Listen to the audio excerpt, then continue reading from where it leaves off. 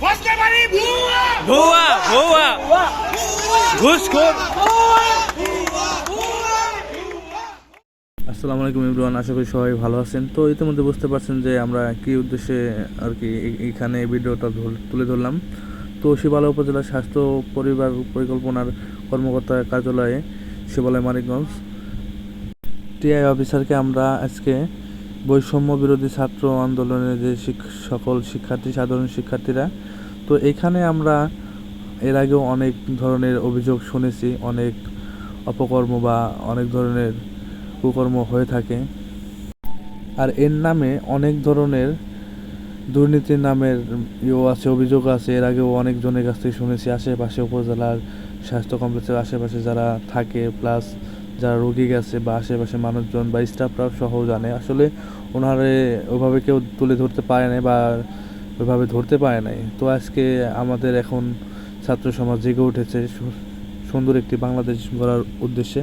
তো আমরা অতি ফার্স্টে তার কাছে যে অভিযুক্ত সকল কিছু জানতে পারি বা জানতে চাই। আচ্ছা, এখানে যে কয়েকটা বরাদ্দ দেওয়া হয়েছে যেভাবে নিয়ম করে করার কথা, প্রত্যেকটা নিয়ম করে করা আছে। আপনারা যদি তথ্য অধিকার আইনে আমাকে অ্যাপ্লিকেশন করেন তাহলে আমি আপনাকে প্রমাণ সহ দিতে পারবো। আমার যদি কোনো অসঙ্গতি থাকে তাহলে আপনারা ওইটা বললে আমি আপনাদেরকে ওই কাগজ দেখাই দিতে পারবো। এখন কথা হচ্ছে এই যে আপনার ধরলাম সবকিছু ঠিক আছে, জি, আপনার নামে যে যে এই অভিযোগটা উঠছে, জি, এই ব্যাপারে আপনি কোনো প্রেস ব্রিফিং দিবেন না? এইটার ব্যাপারে আপনি যে স্বচ্ছ, এই ব্যাপারে আপনি কোনো কথা বলেছেন এই পর্যন্ত? এইটাও পরিষ্কার পরিচ্ছন্নতার টাকা থেকে নেওয়া হয় এবং একই সাথে এই হাসপাতাল পরিষ্কার পরিচ্ছন্নতাটাও ওইটা থেকে নেওয়া হয়। এখানে যদি কোনোটা লেখা থাকে সেটা আমি আপনাকে বরাদ্দ কপি, এখন কারেন্ট নাই, কারেন্ট আসলে আমি আপনাকে বরাদ্দ কপি দেখাতে পারবো যে আসলেই 10 লাখ টাকা আসছে। হ্যাঁ, সব আছে। উনি আমাদের বোঝাতে চাচ্ছে যে এই হসপিটালে পরিষ্কার পরিচ্ছন্নতার জন্য 10 লক্ষ টাকা বরাদ্দ আছে। তো এই হসপিটালে কেমন ময়লা আবর্জনা হয় যে 10 লক্ষ টাকা পরিষ্কার পরিচ্ছন্নতার কাজে ব্যবহৃত হয়। উনি আমাদের 6-9 বুঝে দিল। অবশেষে আমরা সব কাগজপাতি খাটিয়ে দেখব। আশা করি সম্পূর্ণ ভিডিওটি আপনারা দেখেন এবং বুঝতে পারবেন যে কী কী ঘটেছে এবং কী কী হচ্ছে এই হসপিটালে, আর উনি কী কী কাজের অপকর্মের সাথে জড়িত আছে। তো সম্পূর্ণ ভিডিওতে আপনারা সব কিছু দেখতে পারবেন। চোখ রাখুন, পুরো ভিডিওটি দেখুন, না টেনে দেখুন। আরেকটা জিনিস শুনুন, সেটা হলো যে ওনার স্টাফ বা ওনাদের যে হসপিটাল যে কর্মরত যে এই সিস্টাররা আছে, সিস্টারদের যে বেতনে একটা অংশ জমা থাকে হসপিটালে, সেই অংশ থেকে উনি কী পরিমাণে টাকা নিজের কাছে ঘুষ হিসেবে নিয়েছে, এই কথাগুলো সম্পূর্ণ সিস্টারদের মুখ থেকে শুনুন। তো বাকি কথাগুলো সব ভিডিওতে পাবেন। আমার একটা গ্রেড আসে, নবম গ্রেড, একটা গ্রেড আসে। তখন হলো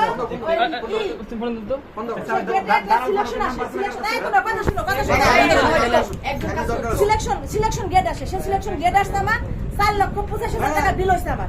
সেই বিল এখান থেকে আমাকে দেবে না, সেই বিল আমাকে দেবে না।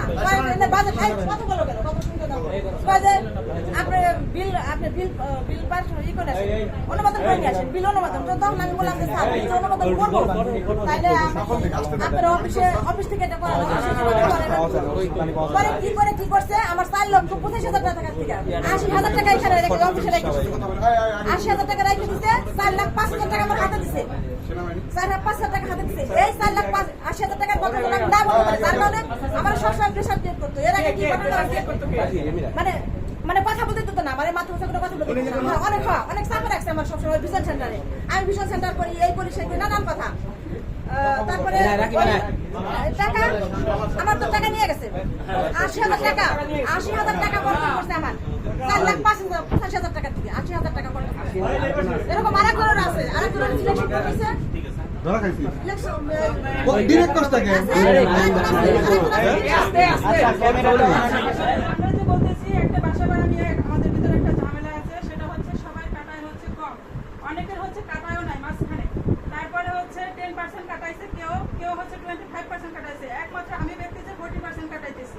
কিন্তু আমার হচ্ছে যে কোয়ার্টার পিছনের বিল্ডিং এর সেই একই কোয়ার্টার, অথচ সবাই হচ্ছে তারা হচ্ছে 10% কাটাইছে, কেউ মাঝখানে কাটাই নেই। তারপরে হচ্ছে কি নিয়ে একটু ঝামেলা হয়েছিল, পরে হচ্ছে সবাই কাটাইছে, 10% করে কাটাইতেছে। আর দ্বিতীয় কথা হচ্ছে আমাকে বাসা ভাড়ার জন্য সে বারবারই হচ্ছে আমাকে ডাকছে, আমাকে বাসা ছাড়ার জন্য বলছে, বাসা ছাড়ার জন্য আমাকে বলছে। ইভেন সে আমাকে বলছে আমি যদি বাসা না ছাড়ি তাহলে হচ্ছে কারেন্টের লাইন প্লাস হচ্ছে পানির লাইন আমার কেটে দেওয়া হবে, হ্যাঁ বন্ধ করে দেওয়া হবে।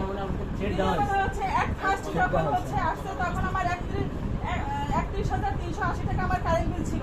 সেই কারেন্ট বিল আমি তাকে বলছি যে আমার এত টাকা কারেন্ট বিল আসছে, সেটা 2016 সাল থেকে মানে ছিল ডিউ ছিল কারেন্ট বিলটা।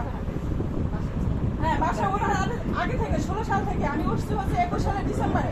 সেখানে আমার হচ্ছে 31,380 টাকা আমার কারেন্ট বিল আসছে। আমি স্যারকে জানাইছি যে এটা কিভাবে সমাধান করা যায়, কিন্তু সেটা সমাধান না করে সে আমাকে বলছে যে হচ্ছে যদি কারেন্ট বিল দিয়ে থাকতে পারো তাহলে হচ্ছে বাসা থাকবা না, এটা বাসা ছেড়ে দাও, ঠিক আছে। এবং বিভিন্ন হচ্ছে আমাদের নার্সদের যেজন আছে, নাম না বললাম তাদেরকে হচ্ছে প্রত্যেকজনের নাম বলতে হবে, ওনারা আছে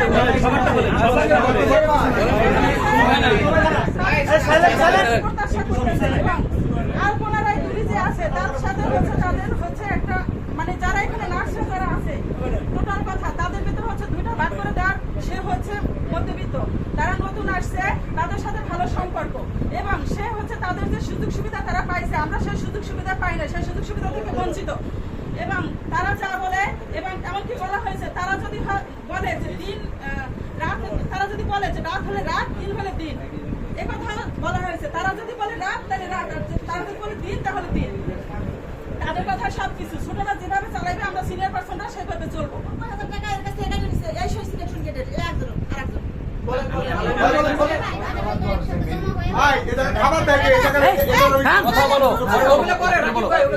উচ্চতর একটা রেট মানে কি বেতন বাড়ছে, এই বেতন দাম বাড়ার সাথে সাথে পাই না। দেখো 1 বছর 2 বছর পর আমাকে সে টাকা জমা হয়েছে, টাকাটা ছিল সেখান থেকে আমার হয়েছিল 6,91,000 টাকা, সেখান থেকে 90,000 টাকা আমার কাটা হয়েছে। মানে বাসা ভাড়া কাটানো দরকার না, ওই কয় মাস আর কি। কিন্তু আপনি তো সেটা করেন নাই, শুধু একমাত্র আমি বাসা ভাড়া কাটাই, বাকি 4 জনই ফ্রি। কেন বাকি চার কারা কারা? ইশরাত থাকে, মিনারা থাকে, রোজিনা থাকে, তারা 3 জন সাইডে হচ্ছে। তাদের যদি টাকা কাটানো না হয়, কিন্তু ডরমিটরি টাকা তো কাটা তারা হচ্ছে টাকা কাটায় না, কিন্তু আয় টাকা কাটায়।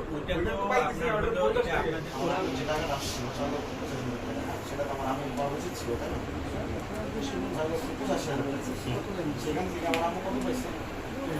5,000 টাকা, 5,000 টাকা হয়েছে, 80,000 টাকা আপনারা কেটে রাখছেন কেন? আমার এই পরিমাণ টাকা দিতে যে ব্যালেন্সটা বললেন কোন স্যার বলছে? এই স্যার বলছে একদম নাম সহ বলেন, স্যারের নাম মুখ তাদের শরীরের কমুনিটা বলছি বলেন। ডাক্তার মোহাম্মদ ফজলে ভাই উপজেলা স্বাস্থ্য কর্মকর্তা মন্ত্রিসভা আমাদের ঠিক উনি আছে বলছে যে 2,000 যদি বকেয়া নিতে হয় তাহলে সেক্ষেত্রে আমাকে এই পরিমাণ টাকা দিতে হবে। পরে আমি আপনারা জানাইছি, আমার বলতে ঠিক আছে, যেহেতু বাদ কিছু করার নাই, টাকা আমি দিই, পরে টাকা দিই। মেন্টালি টর্চার করতে পারছে আপনাদের। আমার আম্মু বলছে, আমার আম্মু আমার কাছে কান্না করছে। এরকম আর এটা চেষ্টা করো সবাই আমার চেষ্টা করো, আমার বাচ্চা আমার ধরে কান্না করছে। স্বীকারোক্তি দিয়ে দিয়েছে যে আমাকে প্রচুর মেন্টালি টর্চার। তার মানে একটা সরাসরি অভিযোগ পেলাম, আসলে একটা মানুষ আর কি পায় নাই। ভাইয়া ফরিদ ভাই আপনাকে লাগবে একটা ব্যান্ডেজের দাম 54 টাকা দিয়েছে পার পিস, সে লোয়েস্ট বিডার। যেটা সিস্টেমে যেটা আছে সেটাই দেব আমার এখানে আমার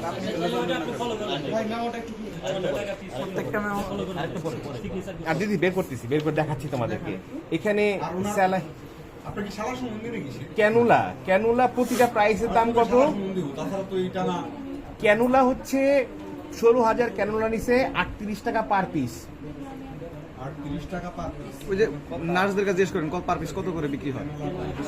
আমরা কিন্তু বলতে পারবো না, কারণ কত করে কিনে রাখতে না লোকালি কত বিক্রি হয়? লোকাল 35 টাকা মানে কত করে এরকম? কোম্পানিতে কোম্পানি কত স্যার? আমাদের 7 উপজেলার মধ্যে 4 উপজেলায় হয়েছে। পরে স্যার বললাম স্যার ট্রেনিং করা, পরে বাধ্য হয়ে স্যার আপনি জানাইছেন। পরে আমি কয়েকজনের পরামর্শ নিলাম যে টাকা তো স্যার আমার চাপ প্রয়োগ করতে হবে, টাকা চাইতেছে, টাকা না দিলে আমাদের রাগারাগি করে এই টাকা দেন না, এখন নিয়ে আসেন। পরে আমি কয়েকজনের শরীর টাকা আসলো, বললাম যে টাকা টেকনিক আছে, আপনি স্যারের মধ্যে যাবেন, আমি টাকাটা রিসিভ নিয়ে যাবো, একটা রেজিস্টার নিয়ে ওই জায়গায় সই নিই। পরে চেকের মাধ্যমে দিয়েছিল 5,28,000 কত টাকা জানি, চেক নাম্বার আছে, আর বাকি টাকা ক্যাশ দিচ্ছি। না, মানে আমি জানি না, আর কিছু টাকা আসলে অফিসের খরচ, ওই টাকা আমি লিখে রাখছি কত টাকা। ঠিক আছে। আর খানজাহান আলী খুলনা, স্যারের বাসা হচ্ছে যশোর। স্যার তারপরে এটা গেছে মানে একটা বছরে অন্য কেউ কন্ট্রাক্ট তাকে বিট করতে পারে নাই, বাংলাদেশের কোনো ব্যবসায়ী নাই আর কন্ট্রাক্টর নাই, মানে বুঝতেই পারতেছি নাই। আমরা দেখি যে পাশে মুদির দোকানদারও কম্পিটিশন করে চাল বিক্রি করার সময় 70 টাকা কেজি, 71 টাকা কেজি, 70 টাকা 50 পয়সা কেজি। এখানে বিট করার মতো দ্বিতীয় কোনো কন্ট্রাক্টর ছিল না। আর বাংলাদেশের কন্ট্রাক্টররা না খায় মতো বিল পায় না ঠিক মতো। ওনার সমস্ত বিলও ক্লিয়ার হয়ে গেছে মনে হয়, এখন সিল টিল যেহেতু হয়ে গেছে।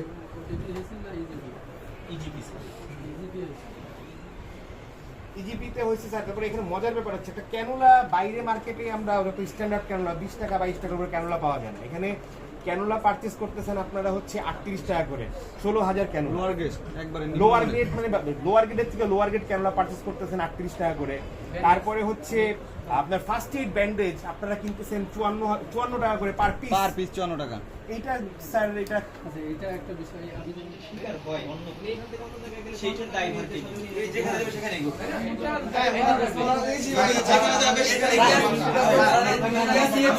আপনাকে দেখালাম যে সেটা তো শুধু শিবালো এটা নিয়ে চিন্তা করি না, সেটা তো পুরো বাংলাদেশ নিয়ে চিন্তা করি। কর্তৃপক্ষকে অবশ্যই আমি জানাবো, সেটা কর্তৃপক্ষ জানবে। আর আমাদের কাছে যেগুলো আছে, যেদিন যে তদন্ত কমিটি আমরা বলবো, আমরা দেখলো সবই প্রোভাইড করবো ওইখান থেকে। আর অবশ্যই স্যার ওনার পরিবর্তনটা যেখানে হয় আমাদেরকে একটু জানাবেন কাইন্ডলি, হ্যাঁ সেটা তো যেন আমরা সচেতনতার সাথে সেখানে যে নোটিশটা করে দিয়ে আসতে পারি। আমি সিভিল সার্জন হিসেবে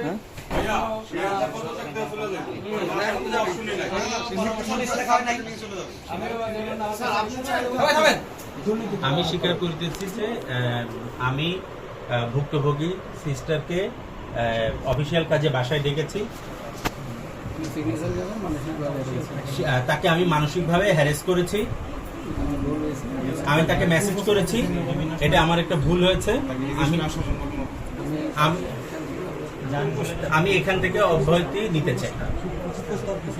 আপনি যে ওনাকে বিভিন্ন সময় জান বলে সম্বোধন করেছেন, এই কথা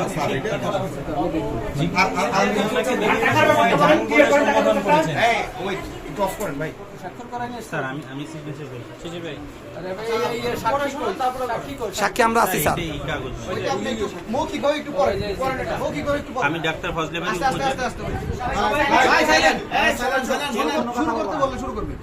শুরু করলাম প্রত্যয়নপত্র। আমি ডাক্তার ফজলে বাড়ি উপজেলা স্বাস্থ্য ও পরিবার পরিকল্পনা কর্তা শিবালয় মানিকগঞ্জ এই মর্মে অঙ্গীকারনামা প্রদান করতেছি যে অত্র হাসপাতাল কর্মরত থাকাস্থায় বিভিন্ন ধরনের দুর্নীতি ও অপকর্ম প্রমাণিত হয় সম্পূর্ণ সদিচ্ছায় সজ্ঞানের নিজ পদবি এবং কর্মস্থল 2/8/2024 ইং তারিখ হতে স্বেচ্ছায় অব্যাহতি নিলাম। 20/8/2024 ইং তারিখ হতে স্বেচ্ছায় অব্যাহতি নিলাম।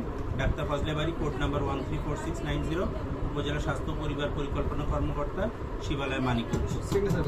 সিগনেচার করেন।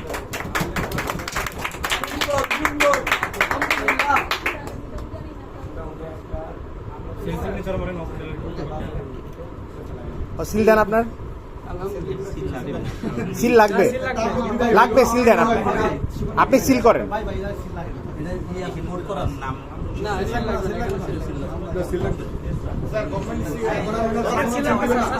স্যার গভর্নমেন্ট সিল লাগবেই স্যার একটা।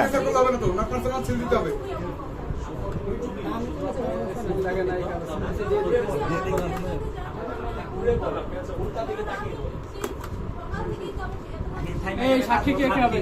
সাক্ষী দেয় ওমর ভাইকে দাও।